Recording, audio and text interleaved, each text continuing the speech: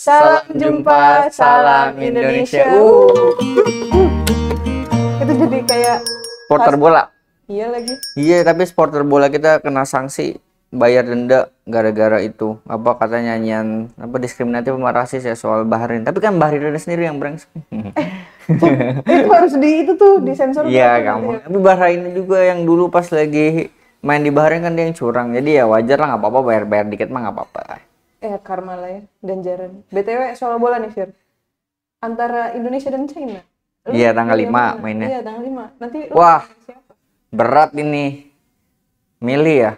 Yang pasti menang lah kayaknya Indonesia nih. Nah, soalnya kalau untuk milih-milih gini, gue inget ini apa? Ke seseorang yang kalau dia mencalonkan diri mau dipilih itu harus menang.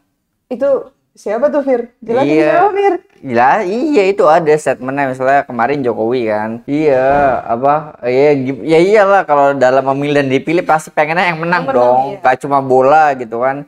Udah jelas Indonesia ya dipilih, gue memilih dan dipilih supaya Indonesia menang nih. Kayaknya pasti menang lah ya. Tapi ya nggak tahu nih nanti kalau Indonesia menang investasi bakal diganggu sama Cina nih.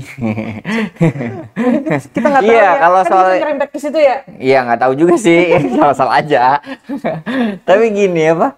Iya soal dipilih kalau mau mendaftar dipilih gitu ya dan harus menang kalau dalam kontestasi itu ya gue baca ini sih statement mantan presiden ya Joko Widodo yang bilang kalau ditanya sama wartawan soal kemungkinannya mendaftarkan diri sebagai calon ketua umum Partai Solidaritas Indonesia karena mereka lagi mau pemilu raya karena ini kayak anak BEM pemira.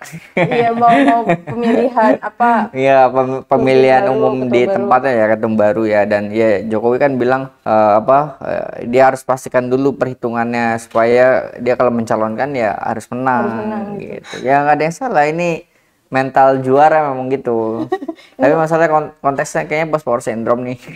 Nah, ini sebelum post power syndrome-nya ini menarik sih soal gimana Pak Jokowi masuk bursa ketua umum PSI ya. Kan kita tahu kalau PSI itu sekarang dipimpin oleh anaknya kan. Iya. Nah, terus seingat gue tuh Rabu minggu kemarin tuh baru dibuka kan pencalonan sampai 31 Mei. Nah, 31 Mei ya. Nah, terus kan ditanyain, terus Pak Jokowi jawabnya kayak gitu. Nah, kalau misalnya lu ngelihat godaan, gue nggak tahu ya kenapa tiba-tiba Pak Jokowi itu ditanya oleh wartawan seperti itu apakah ada presiden kayak tawaran buat Pak Jokowi untuk naik di PSI atau memang Pak Jokowi sendiri mencoba untuk mencalonkan diri gitu? Kalau menurut lu gimana? Ya kalau menurut gue sih ngelihatnya kan tadi lu udah singgung juga kan soal post power syndrome. Gue nggak tahu apakah dia mengondisikan agar dia didorong oleh anggota-anggota PSI ini gitu. Ya kalau lu berarti gimana, Fir? Kalau untuk itu sih gue ngeliat dari flashback 2019 ya. Jadi pemilihan 2019 kan terlihat tuh bahwa ini partai baru ngeklaimnya gitu partai anak muda tapi 2014 itu ya, kan? Iya. tapi paling nggak yang pesantren pemilu 2019 lah yang mulai rame kan. Terus dia bilang pengen mendukung Jokowi dan segala macam. Ya satu sisi nggak masalah gitu ya. Itu kan sikap mereka. Tapi sebagai gua anak muda gitu pengen punya harapan terhadap partai anak muda yang bisa merepresentasikan anak muda. Tapi kok malah katakanlah membebek sama kekuasaan. Itu kalau gue sebagai orang yang pernah belajar sejarah selama 5 tahun di kampus, kok kayaknya menyalahi ini ya semangat anak muda gitu ya. Dan ternyata ya sampai hari itu gitu dari 2019 itu mereka sangat kayak die hardnya Jokowi lah, pendukungnya Jokowi dan segala macam. Fanbase ya? Iya, fanbase lagi. Fanbase bagus, bukan grupis. bagus fanbase, untung belum sampai grupis ya. Oke, iya. Iya, jadi dia pasang badan kan dari 2019 sampai terakhir 2024 bahkan sampai bikin Jokowiism Jokowiisme sama Jokowinomics sih itu, walaupun aneh menurut gue, tapi itu kan lagi-lagi kelihatan bahwa gua sih dari dulu ya pas dulu masih jadi wartawan gitu ya, gue ngelihat bahwa ini kayaknya, ini pendapat gue ya di saat itu, kayak ini partai yang disiapkan memang atau ya disiapkan untuk Jokowi gitu ya. Dari zaman 2019 saat itu ya, konteksnya waktu lagi gue masih jadi jurnalis kayak semuanya gitu. Karena kan ngeliat kondisi 2019 kalau kita flashback saat itu PDI Perjuangan justru malah di akhir-akhir nih yang mencalonkan kalau Jokowi ini jadi calon presiden agak lama kan. Jadi gue ngeliat ini kayaknya saat itu ya ini akan partai yang disiapkan sama partai yang disiapkan untuk Jokowi.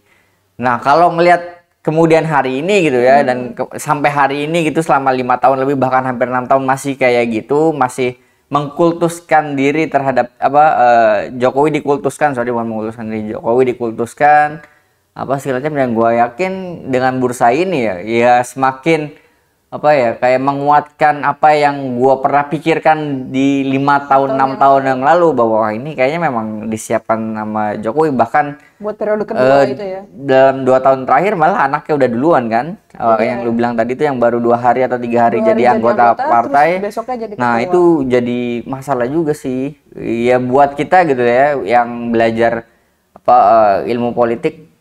Iya, kalau dalam partai ya mestinya kan mereka yang jatuh bangun dan tahu misalnya ideologi partainya seperti apa gitu ya, dan ya dia udah tahu lah masalahnya apa, kemudian bisa mengidentifikasi dan kedepannya mau kayak gimana kan caranya.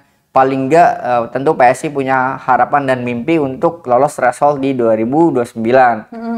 Nah gua rasa kalau kalau itu tadi ya, kalau kita secara akademis kayaknya nggak masuk akal sih kalau partai lagi-lagi yang bukan dari dalam, kemudian orang lain dengan dia punya sumber daya misalnya sosial, politik, ekonominya gitu, dia dengan lagi-lagi mungkin ya secara jangka pendek mungkin aja misalnya Jokowi, misalnya kita ngomong misal lah hypothetical, misal Jokowi jadi jadi ketua umumnya PSI, mungkin aja 2029 akan masuk dalam Senayan threshold ya kan, lolos threshold. Tapi dalam jangka panjang ini pasti menurut gue menjadi masalah. Kenapa? Karena PSI lagi-lagi tidak ada bedanya dengan partai-partai lain.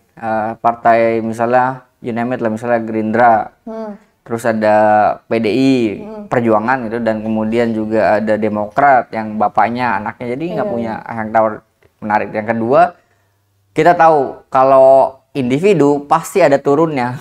Sedangkan organisasi itu pasti harus terus berkembang tanpa ada satu patron pun gitu ya. Iya, kita udah lihat lah misalnya contohnya hari ini PDI Perjuangan punya Megawati sebagai tokohnya gitu. Oke lah, dia punya value di tahun 90-an, dia sebagai menantang rezim otoritarian. Kemudian juga dia punya value soal demokrasi gitu, perjuangannya. Hari ini mulai dari 2014-19 malah dia sudah mulai turun kan. Maksudnya iya ini harus dilihat, tapi paling enggak kita lihat perolehan suaranya PDI Perjuangan hari ini mulai turun. Karena kalau lu lihat gitu ya, perhatikan di sosial media terutama di X atau Twitter. Nah, itu kalau mega komentar gitu ya, berita dijadikan berita, pasti komentar netizen itu negatif.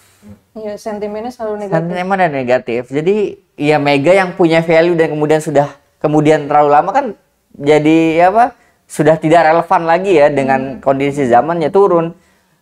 Jokowi hari ini ya melihatnya, gue nggak ngeliat nih. Kalau mega masih mending lah. Ini bukan promo Megawati maksudnya. Gue sangka nanti anggota PDI lagi. Seperti itu. Iya, misalnya Mega punya value itu di dalam sejarahnya. Jokowi, menurut gue punya value apa? Hari ini orang lebih banyak mengenal Jokowi sebagai perusak demokrasi.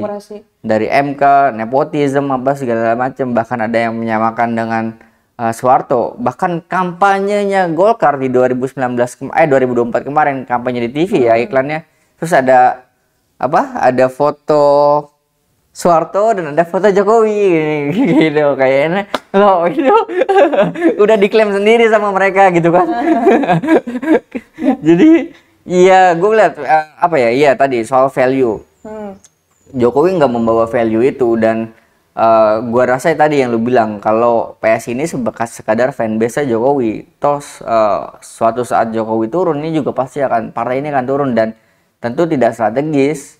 Taktis oke dalam jangka pendek, tapi strategis sangat jauh sih menurut gua. Tapi ini Fir, ada salah satu narasi yang menurut gue ya dari PSI ini tuh cukup menarik gitu. Apa? Kan sebelumnya kan tadi lu juga udah singgung kan kalau struktur partai itu seringkali dipengaruhi oleh patron, kayak kekeluargaan lah gitu tadi AHY dan SBY, Demokrat. ya terus apa namanya PDIP gitu ya. Nah, kemarin itu pas gue baca berita PSI itu mau mencoba menerapkan e-voting. Dan di e-voting itu ternyata nanti ketua umum itu ditentukan oleh suara semua anggota. Ya. Nah, jadi nggak cuma orang-orang di struktur yang resmi lah yang bisa mempengaruhi siapa yang bakal jadi ketua umum. Nah, Dan ya kan sebelumnya juga kan Jokowi itu pernah ditanyain kan bakal masuk partai mana. Gerindra udah nawarin, Golkar udah nawarin. Terus juga bahkan ada isu wacana kalau Jokowi ini mau membuat partai, entah Projo nanti jadi partai atau gimana gitu ya, kita nggak tahu. Nah, dengan adanya narasi yang disampaikan oleh apa namanya PSI tadi, e-voting dan mau menerapkan apa yang diomongin Jokowi tentang partai apa sih terbatas gitu, terbuka PT jadi PT, jadi PT seruan. Iya, partai terbuka gitu, itu justru malah jadi menarik buat demokrasi kita yang selama ini proses internal di partai itu tertutup gitu loh. Nah, itu gimana kalau ternyata orang yang nggak tahu tentang presiden sebelum-sebelumnya itu tertarik dengan narasinya PSI itu gitu. Yang jadi masalah itu kan glorifikasi e-voting ya, seolah-olah demokratis padahal kita tahu bahwa biasanya sudah ada pengkondisian. Jadi seolah-olah dari luar ini kita sering ngomongin demokrasi, kita sering terjebak dengan hal-hal yang bukan substansi dari demokrasi. Voting itu sebagai salah satu cara alatnya dalam demokrasi, tapi substansinya adalah bagaimana dalam konteks partai tentu aja partai bisa menyerap aspirasi masyarakat dan kemudian memperjuangkannya, lalu mekanisme yang ada di dalamnya kemudian juga nanti representasinya adalah ketua umumnya gitu kan.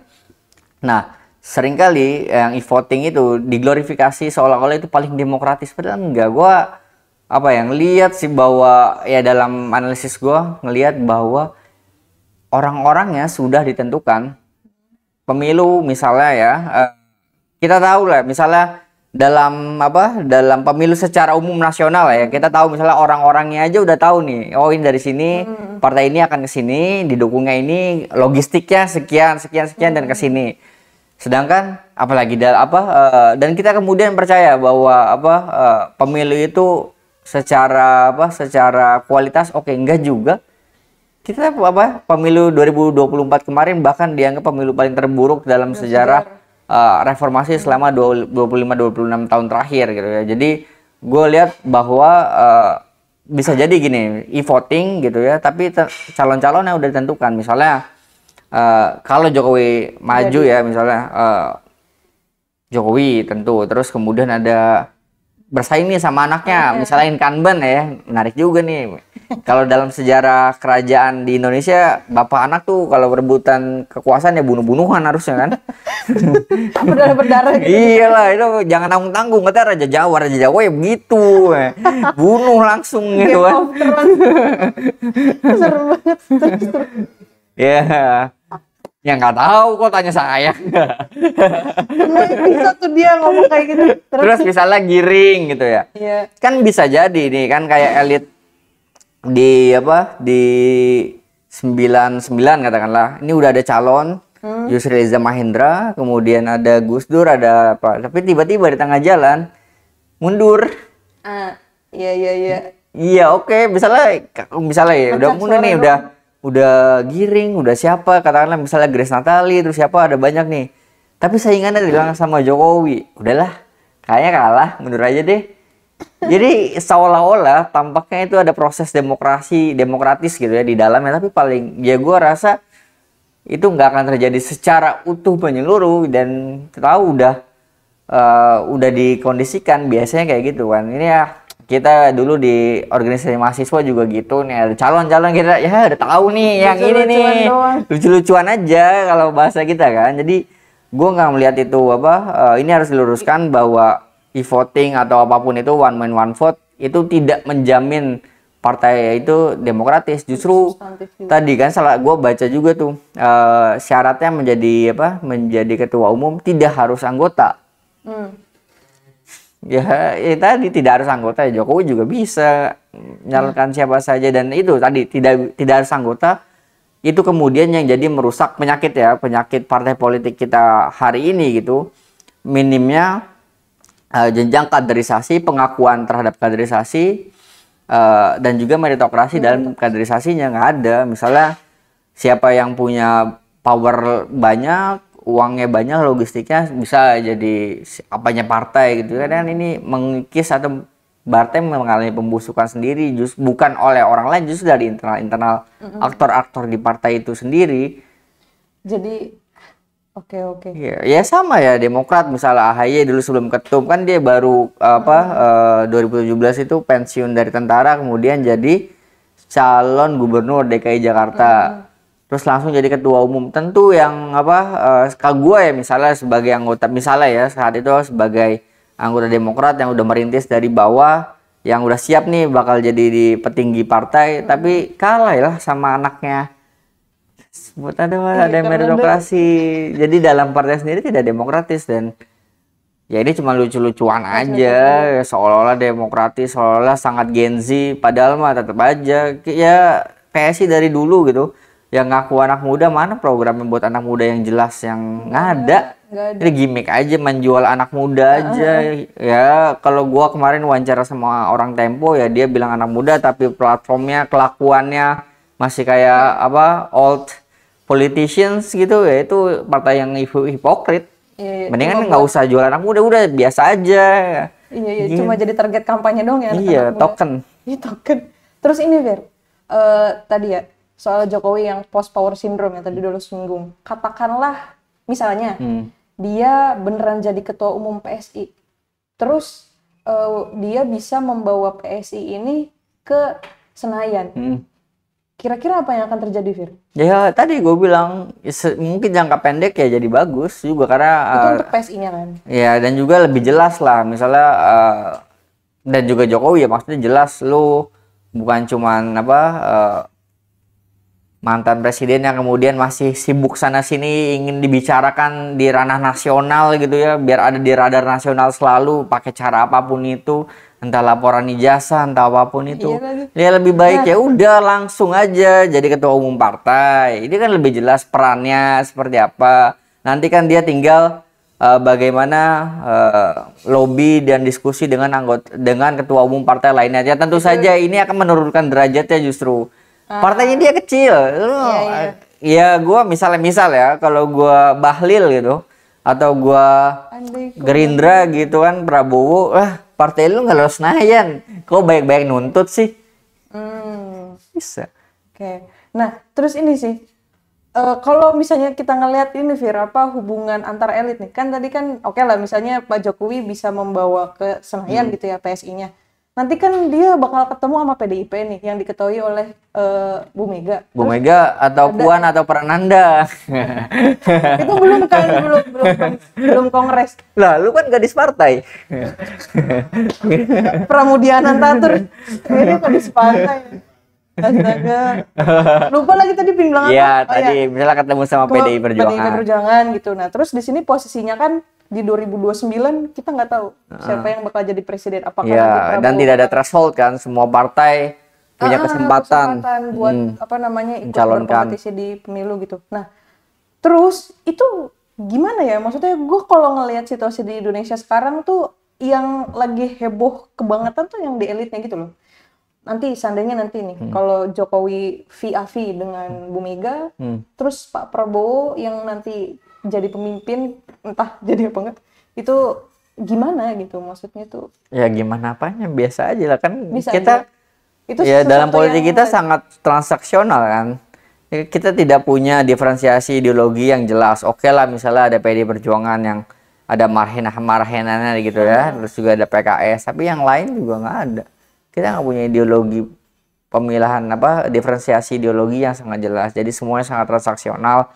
Ada kepentingan apa bisa nyatu, mungkin ada case tertentu ya, kayak misalnya Mega sama SBY, dalam case itu dia punya hubungan pribadi yang tidak kurang baik gitu. Sampai hari ini misalnya PDI dan Demokrat tidak akan pernah bisa bareng nih. Dan bukan tidak mungkin kalau masih PDI perjuangannya dipegang sama Bu Mega ketua umumnya, dan PSI-nya misalnya masih ketua umumnya itu Jokowi, ya bukan nggak mungkin nggak akan ketemu kalau masih Mega. Tapi kalau yang misalnya Puan atau yang lain siapapun itu mungkin aja masih bisa ketemu gitu kan ya. Mega setelah penangkapan Hasto jadi tersangka kan, Puan sama Jokowi ketemu di acara apa gitu kan, dan barengan ya nggak masalah lah dalam elit mah. Iya sih. Kan yang paling panas yang bawah-bawah, justru itu kita harus memberikan pendidikan politik sama masyarakat, dan yang tidak dilakukan oleh partai politik, padahal itu amanat dalam undang-undang ya. Kalau partai politik itu adalah mendirikan pendidikan politik, dan hari ini tidak ada. Iya lagi. Dan bahkan di partai politiknya sendiri tidak ada, hampir tidak ada ya. Ada mungkin, tapi kayaknya sedikit yang melakukan pendidikan politik. Tadi kalau gimana pendidikan politik, karir lu di politik aja di-cut misalnya sama nepotisnya anaknya siapa atau siapanya siapa ya kan. Maksudnya katakanlah kalau misalnya Pak Jokowi yang jadi presiden di tahun ini terpilih misalnya, terus kan ketua PDIP juga kan belum ditentuin kan nanti kongres nanti. Itu juga suatu hal yang memang biasa saja. Biasa aja. Prabowo dalam hal ini juga ya biasa aja juga. Iya biasa aja. Paling kan Prabowo bagaimana bisa memainkan peran gitu yang bisa menjaga keseimbangan antara Megawati dengan Jokowi. Ini kayak kalau dalam sejarah itu dulu ada siapa gue lupa tiba-tiba namanya. Presiden Jimmy Carter kalau nggak salah, yang waktu itu perang dingin kan konteksnya. Iya. Jadi lebih milih Cina atau Rusia Soviet nih. Ya udah dia main sama Soviet, main sama China, ngebuka Cina demi bisa mendiskreditkan Soviet. Nah, ini kayak gini aja, kalau tergantung misalnya presidennya siapa, Prabowo mau main yang mana. Mana yang mau dimatikan, mana yang ini, dan berani atau enggak kan. Matahari ya harus ada satu. Kalau matahari ada dua mah nggak ada kehidupan, gelap. Bukannya harusnya terang ya? Semakin panas semakin... Nah, udah banyak yang tutup matahari kan, Ramayana tuh. Itu mah retail. Astaga. Kok retail sih? Mall. Iya, department store. Department store, iya. Iya, soal itu gimmick, dan kayaknya nggak bisa melangkah banyak jauh juga. Kita juga tahu bahwa masih nggak tahu ya, Jokowi kemarin 2024 presiden aja si PS ini nggak lolos Senayan. Apakah kemudian dia bisa? Masalahnya gue pernah ngobrol gitu sama wartawan, PS ini nggak punya basis masa yang kuat dan isu yang kuat dimanapun itu. Dia di kalangan anak muda juga mungkin ya, ini di kelas di kota-kota besar aja yang ada akses Gen Z atau yang soal internet gitulah ya, digital savvy gitu. Tapi kalau misalnya yang bawah nggak ada, petani dia nggak dekat. Gue nggak tahu sih, mungkin ini gue ya yang nggak tahu ya, yang minim pengetahuannya. Tapi kayaknya nggak ada. Di buruh ya tentu kalah sama anak-anak partai buruh. Anak-anak banyak menjaring anak-anak muda, bahkan dalam orang gue yang following gue di Twitter dan X, ternyata dia masih muda dan dia aktif di isu-isu perburuan, karena dia memang concern soal buruh, dia segala macam ya. Terlepas nanti faksi dalamnya juga gimana lagi kan. Terus soal keagamaan nggak juga. Keagamaan misalnya kita udah ada PKB yang punya basis massa di pesantren, grassroots tuh sampai di mahasiswa gitu ya, PMII gitu kan sangat erat dengan PKB gitu. Terus apa lagi selain PKB, Muhammadiyah, ada PAN ya, walaupun sekarang nggak mau Muhammadiyah banget ya, artis lah itu, partai artis nasional itu. Tapi paling enggak saluran Muhammadiyah ke sana gitu. Ada PKS yang Ikhwanul Muslimin. Terus sisanya ceruknya nggak ada ya. Tadi fanbase-nya Jokowi sejauh ini hanya itu. Iya, ini juga PR juga sih buat kita ya, partai politik di Indonesia yang masih patron klien. Satu sisi masih oke, masih bisa lah, tapi tadi gue bilang bahwa organisasi kelembagaan partai itu harus jauh lebih penting daripada personnya itu. Dan hari ini bisa lihat kalau Golkar lah salah satu partai yang modern, dia tidak ada satu patron yang menjadi sangat kuat gitu ya, yang jadi sangat jadi primus inter pares di antara segala di antara segalanya itu sesamanya. Dia dinamis gitu kan, walaupun ya nanti mendekat kekuasaan apapun, tapi paling nggak di dalam internalnya dia sangat dinamis itu partai yang sangat modern. Iya. Ini soal tadi kalau misalnya tadi dari perbincangan kita tuh Fir, gue ngeliat kayaknya partai politik memang problematik banget gitu ya. Jadi kan kalau misalnya dalam pembentukan kebijakan dan segala macem gitu kan mereka berperan ya, kayak mengambil aspirasi dari masyarakat dan segala macam. Nah, ketika partai politik ternyata nggak bisa diandalkan untuk kayak gitu karena ada masalah internal tadi, terus kita tuh berharapnya ke siapa? Militer lah.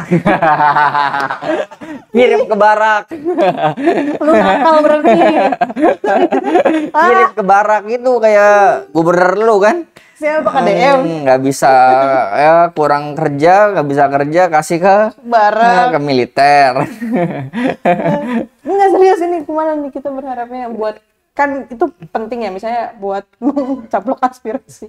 Iya itu PR masalahnya masyarakat sipil kita kan terutama yang kemudian punya beban tugas dan kewajiban yang sangat besar gitu. Karena selain juga kita harus mau punya kontrol terhadap pemerintah, karena DPR dan pemerintah ini jadi tukang stempel aja. DPR-nya biaya balik zaman dulu tidak ada oposisi yang kuat, oposisi yang benar-benar kayak PDI di tahun 2004 sampai 2014 lah ya, yang galak-galak banget gitu. Sekarang nggak kayak gitu kan. Terus masyarakat sipil yang semakin dikooptasi, misalnya lembaga organisasi keagamaan yang dikasih tambang, terus juga misalnya represi terhadap individu-individu aktivis atau pegiat-pegiat demokrasi gitu kan, itu juga semakin suram. Rakyat semakin miskin karena banyak yang menganggur dan dia berharap hanya dengan bansos.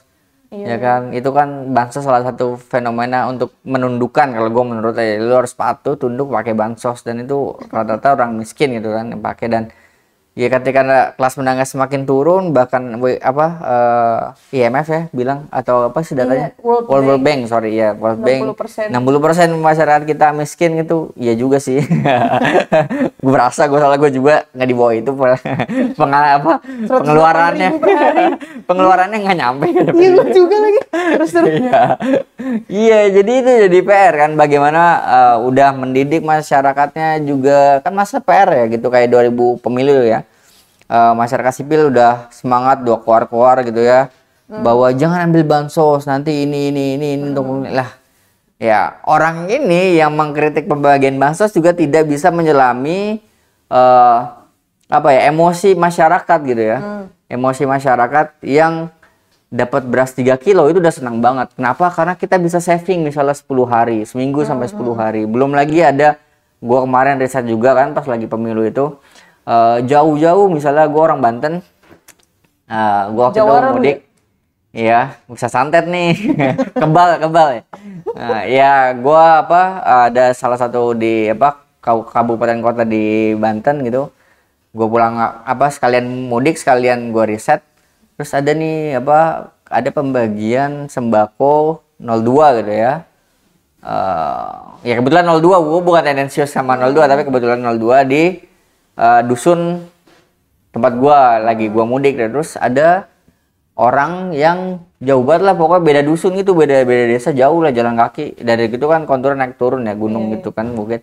Terus gue tanya, emang kenapa sih mau ngambil ini? Nggak apa-apa, seneng aja bisa dapat dari calon presiden atau misalnya caleg segala macam. Kan orang kota, orang pinter yang kayak kita nih nggak bisa menyelami nih emosi dan perasaan masyarakat yang seneng loh. Ini PR-nya jadi berat kan. Udah kita harus mengorganisasikan diri supaya tidak direpresi. Kita juga harus mengawasi pemerintahan. Kita juga harus mendidik masyarakat kan.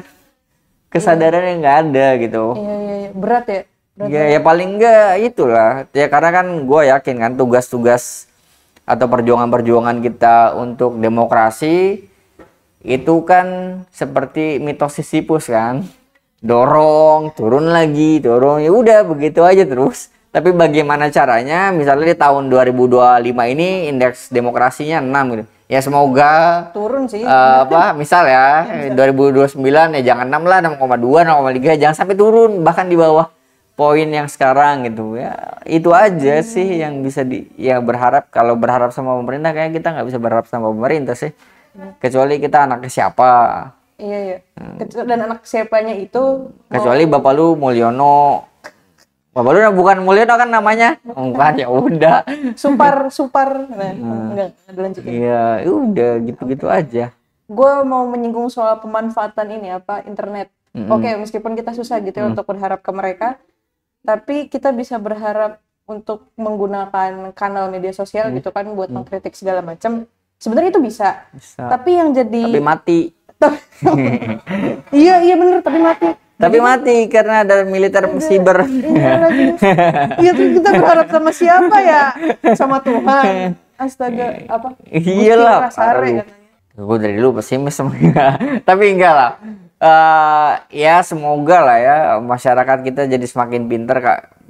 Masalahnya kita ini apa ya, masyarakat tuh ada bermain di ruang gemanya sendiri. Misalnya yang di Twitter ya kritis, tapi di Twitter aja, nggak bisa masuk di platform lain. Misalnya kalau kita konteks media sosial ya, terus di TikTok ini nggak akan bisa masuk nih ke lainnya. Udah kita merasa bahwa di misalnya yang aktivis-aktivis banyak di Twitter gitu atau X kayak bisa nih untuk melawan ini, tapi yalah di lingkungan kita aja, kita nggak bisa menyebar ke yang lain. Itu jadi PR-nya gitu. Ya semoga kayak konten-konten gini masuk TikTok dan banyak ditonton gitu, dan bisa mencerahkan ya. Ya ini kan pesan kerja kenabian. Nah, kita nggak dibayar juga sama siapapun kan. Ya, kecuali ada sponsor mau masuk sini misalnya siapa gitu kan. Terima nggak? Boleh aja. Ya minimal 4T ya. Triliun lagi. Terima kasih. Oke. Terima kasih. Wah, yaudah. Udah banyak nih. Ya sampai ketemu lagi di Syndicate Talk selanjutnya. Sampai jumpa. Salam Indonesia.